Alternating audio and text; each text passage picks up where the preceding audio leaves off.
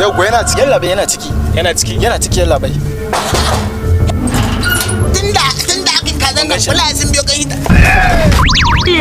Shine wannan ko? Shine yalla. Shine wannan ko? Ni ne. Shine wannan? Ni ne. Yau to wannan bawan Allah. Yau ya kawo mana ƙara office din mu. Yau shekarar ka 3 baka yi azumi ba kana dan musulmi. Kana musulmin Allah ba. Shi wannan dan mutumin yace a sai karata 3 ba na azumi. 3 years ba. Ku dama ba iya gwamnati muke aiki ba. Haka ne. Har musulunci muna mai aiki. Shi wannan ban Allah kenan. Shi wannan ba Allah. Ya kawo muku gara ta ce ba na azumi.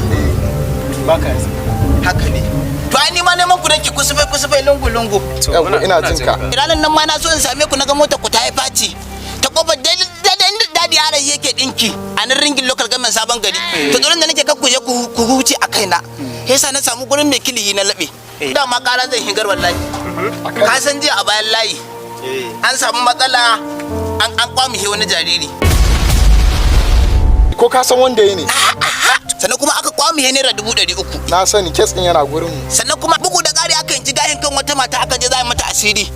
To da aka hasahe wannan munafikin gidansa na gani. Yalla bai ba ni bane. To ai case din muna yanzu case din da muke. Yalla bai tunda Allah ya sa hanya ka kudakata. Zan shiga in je in dauko rigar a tafi police station din. Tunda Allah ya sa ya je munafurci na abun hukuma. Bari shiga gidan je in dauko rigar ta zama witness. In an gama case ina tunda ni azumi ka tabbata tana wurin ka? Ka tabbata? Kana ji ko in an gama case ina ni da ke matsala azumi da ba matsala bulala ce kawai. Shi ko na san daurin rai da rai ne. Dan Allah kun ga yalla bai. Ni dai daga dantar Allah ka.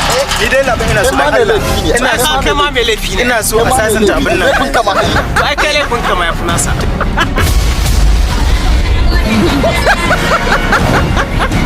Aikin banza aikin wafe ni dama na san cewar wallahi tallahi na doka ne mutane ido a unguwan nan ni za a zo a ce shekara 3 yadda ce ba dan musulmi bai kace muslim ni wallahi na bari ma kamhi ya jo shage munafiki dama Allah ya ce ne gaban munafikai ai na san ita hukuma aikin Allah take sannan kuma tana aikin gwamnati kin banza aikin ka san wata ai baka san wata ba